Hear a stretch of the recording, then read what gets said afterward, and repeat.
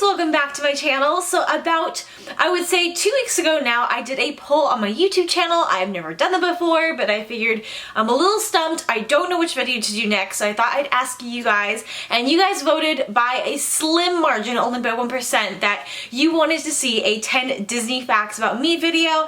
I'm also planning on doing the meet my boyfriend tag at some point. It's just very hard to make him sit down for like 20 minutes at a time. He loves skiing and wakeboarding, doing all these active things, and he's so busy, so once I find the time to have him sit down and film with me, I will do that. But for now, I'm going to do the 10 Disney facts about me. I came up with this idea because I realized I had never done like an about me video. I just started filming videos. I never did like a get to know me type thing, so I figured I probably should by this point, and it'd be fun to do one that was Disney themed as well. So I hope you guys are excited, and let's learn 10 random Disney facts about me. So the first one is going to be related to my favorite Disney princess, and it is that my very first memory when I was a kid was watching The Little Mermaid for the first time. So I was about 2. I remember my cousin had gone to the movie store and had brought movie home. I remember asking her like, what did you get? And she was like, oh, you'll see. And I remember seeing the very beginning with all the dolphins swimming, and I thought it was like a fishy movie, and I was still stoked. I love animals. And then all of a sudden you see all these mer people, and it was love at first sight for me. I was so excited. I was like, who are those people and why can't I be one of them? And I just fell in love with mermaids literally in that moment, and that was the moment The Little Mermaid became my idol. It became my favorite movie of all time. That was the moment. So the first fact about me, if you didn't know, is that I'm obsessed with mermaids, and my very first memory, of course, is watching The Little Mermaid for the first time. Also kind of congruent with that tip or that fun fact is number 2, I've actually met JODI Benson in real life. I kind of want to again as an adult. She's gone to Disney a lot more like since I left the company, which I'm super bummed about. Like she was just doing the Candlelight Processional, and she did last year too, and so if I could meet her again as an adult, that would be so much fun. But I got to meet her when I was a little kid, and she came to my shopping mall. I don't know why back then it was not popular at all. Now it's like really crowded during the holidays, but she came to my shopping mall, and she also came to the Disney store, and I have a picture somewhere of me with her. I don't know where it is. If I find it, I will definitely have it in this video. But it was really cool, and I definitely remember, even though it was kind of foggy because I was a little kid, but I definitely remember meeting her, and she was so nice, and that was one of the coolest experiences for me, was actually being able to meet JODI Benson. Also along the lines of my childhood is fun fact number 3. So when I was a little kid, I used to live in California, and my family had annual passes to Disneyland. Apparently my mom used to take us there, and around noontime we would fall asleep, and then she used to take us home. So we went there like it was the park. But apparently when I was a kid, at one point the genie found me. It was probably one of his first meet and greets of the day, and he took me on the carousel. And I'd like to say I remember this. I don't think I do. I think I just remember it because of the pictures, but it was really cool. I know they don't do that too often anymore, and it's pretty fun to say that I was able to ride the carousel with the genie. Fun fact number 4 that I guess isn't that fun. It's not funny in any way, but I've actually experienced an earthquake at Disneyland. It was a couple years ago. I was like a sophomore in college. I was probably about 19, and I was at Disneyland with some of our family friends. My brother was there actually with his now wife, but they were just started dating at the time, and we were in line for Indiana Jones, which is underground. If you think about like earthquakes, you feel it a lot more the higher up you are, but when you're underground you don't really feel it at all. So we were underground, and there's a part in Indiana Jones, the ride line, where you can pull on the poles, like the bamboo poles, and the ceiling will drop down a little bit. So we were doing that, and then there was a kid behind us that was trying to do that, and she was telling her mom like, oh mommy, like the pole's shaking, and the mom was just like, oh yeah, like it's supposed to do that. And then within 30 seconds all of a sudden they shut down the ride because there had just been an earthquake. So I didn't actually feel it. I'm assuming that's probably when it happened, is when that kid felt it. And then it was around, I want to say 10 o'clock at night. The park was maybe about half an hour from closing, but they shut down the entire park and made everyone leave. Like I have a picture of that somewhere too, of like this mass exodus of everyone leaving Disneyland because they shut down the park for the earthquake. So that one I didn't really feel. However, the next morning I was still sleeping, my parents had gone down to like the little bakery in downtown Disney to get breakfast, and all of a sudden I woke up, we're on the, I want to say maybe 12th or 14th floor, and my bed is like bouncing, like it's going up and down bouncing, and I realized, oh shoot, it's happening again. So that one I actually did feel. It wasn't actually at Disneyland, it was on the property for Disney, but yeah, I basically experienced, I guess, 2 different earthquakes at Disneyland. Fun fact number 5 is also related to Disneyland, and when we were on that trip with our family friends, I also was able to do every single ride in Disneyland. It was like the beginning of summer, it was in June, without any fast passes whatsoever. We started in the morning, we went for I think 14 hours, it took us 14 hours total, but we were able to do every single ride in Disneyland. This also included attractions, so we also did the, we did Tom Sawyer's Island, we included that one. We also did the canoes, and we did the Mark Twain, I think it's the Mark Twain boat, I'm not totally sure. And then we also did like the train too. So we didn't just do like rides like Splash Mountain, we also did more attractions, slower rides like the train and Tom Sawyer's Island. So we did every single one in a day, and we were exhausted. For those of you that want to get it all done in one day, it definitely is doable. So my last 5 Disney facts are all gonna be related from when I was working at Disney World, and the first one that is a fun fact, but a lot of you guys know it already, but I feel like a lot of you guys don't really understand how it worked, is that I was a character attendant and character performer hybrid, which is actually pretty rare at Disney World. I know at Disneyland they have character hosts, which are basically like character attendants at Disney World. However, a lot of the performers get to be hosts, and that's pretty common. However, at Disney World, I was one of maybe, I want to say maybe 3 or 4 people that I knew of that were performers and attendants. Basically, the reason why that happened is because I did the college program, and so I was still trained to be an attendant, and then you lose your skills after 6 months if you don't practice them. So right before I left and came home, I had this shift that was called spare. So basically, I was going in as a performer. If all the other performers showed up and they didn't need me for anything, I was able to go home, but sometimes they need you to go fill roles. So for me, I was a spare one night, and then I was gonna go home, but then they really needed an attendant to go in the grotto with Ariel. So I was like begging them, because I think I ended up looking it up. I think I was like 2 days away from losing my skill where I basically wouldn't have been able to do it anymore. So I begged and pleaded, like, please let me do it. I would love to do it. And so they let me go be an attendant in the grotto, which was super fun. And it was really interesting actually doing that after being a performer, because I hadn't done an attendant in so long and I was a little rusty at it. But it was really fun being on the opposite side of things and seeing like the whole production of it all. It really takes a whole team of people. It takes the character attendants, the performer, and also the photo pass. Like, those 3 really have to be in sync, and it was really cool to play 2 of the roles. I would have loved to have been able to be a photo pass too. I love taking photos, and I feel like that would have been a really cool role, but I was really unique. Normally that doesn't happen, where you get to do both character attendant and character performer and do them at the same time. Like, there's very few people who are trained to be able to do both.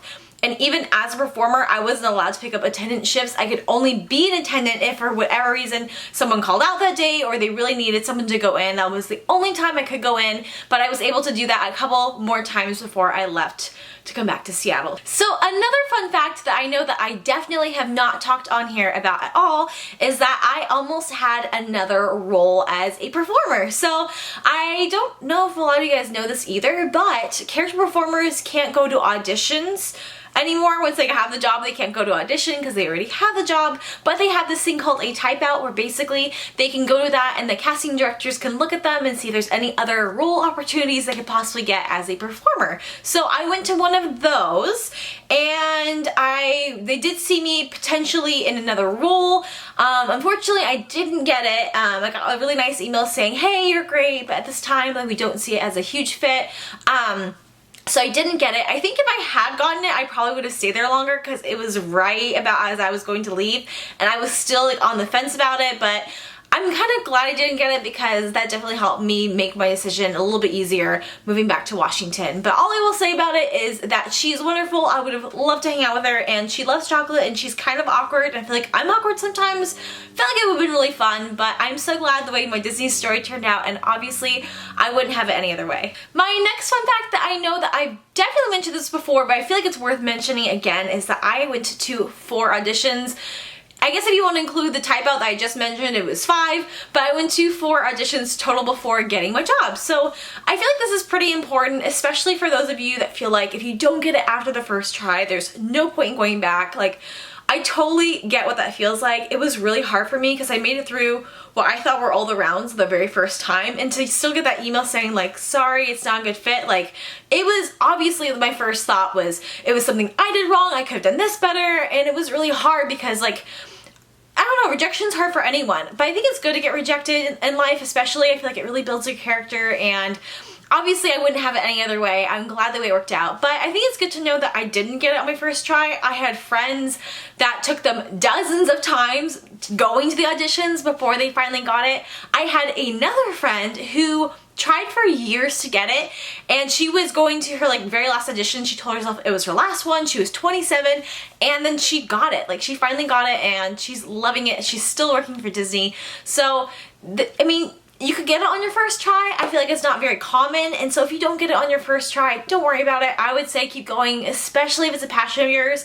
The casting directors will definitely notice. I had one friend that went at least over 20 times, and she said the casting directors definitely started to notice her, and that's really good. It shows that you really do care about this, and this is something that you really want, and I feel like they will honor that, and they will definitely take that into consideration. So for those of you that do get discouraged, if you don't get something the first try, I would definitely say try again. I know what that feels like, but I'm so glad I went to every single audition, and it made getting it on the 4th try just so much better because I knew that I worked really hard for it. Fun fact number 9 that was actually really cool for me to do, it's something that I know not a lot of people, even as performers, get to do, is I got to see the inside of the Cinderella castle suite. So it was kind of by chance. I was working that night as a performer at Cinderella's castle, the dining experience, and to get on set, you basically have to take this elevator, and the elevator is also used to go into the castle suite. And so I was in the elevator, and for whatever reason it kept going up, and I was like, this is weird, like, I definitely missed my floor.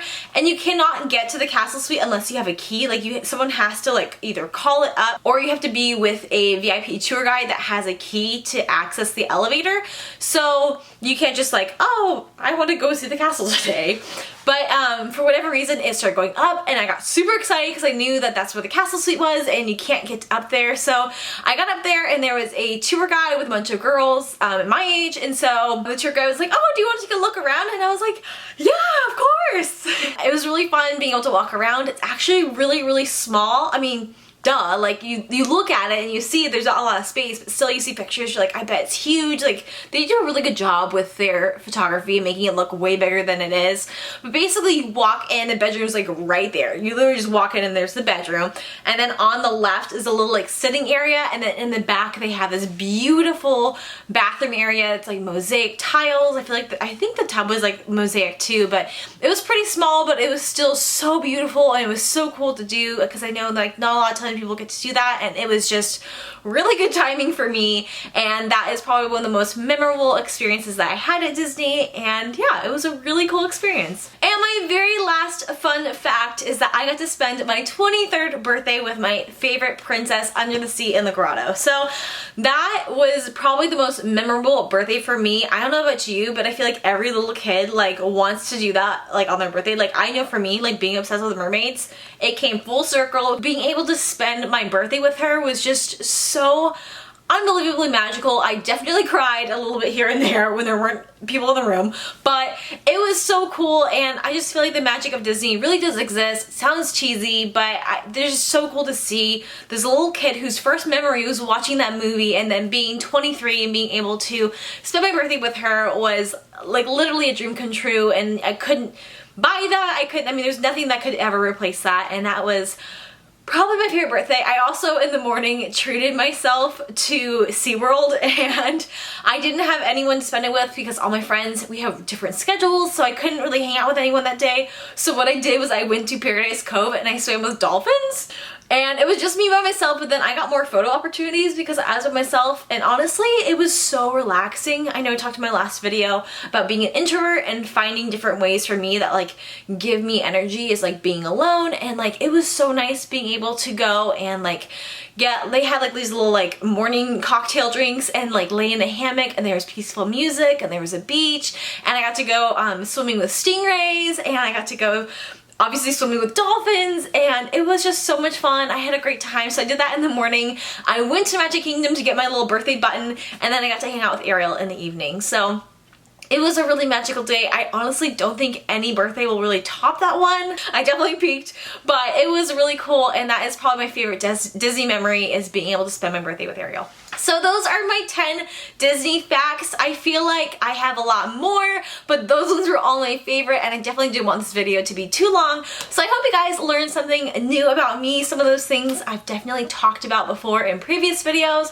but I've never really done an introduction, get to know me video. So I hope you guys liked it. If you do, give it a big thumbs up and make sure you subscribe too. I have a lot more videos coming your way. I have lots of fun ideas for the holidays, so please stay tuned for that, and I will see you in my next video.